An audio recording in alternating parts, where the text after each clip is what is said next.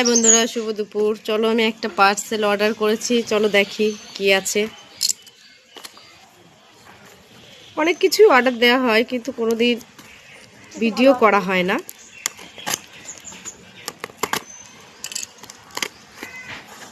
খুবই ছোট জিনিস।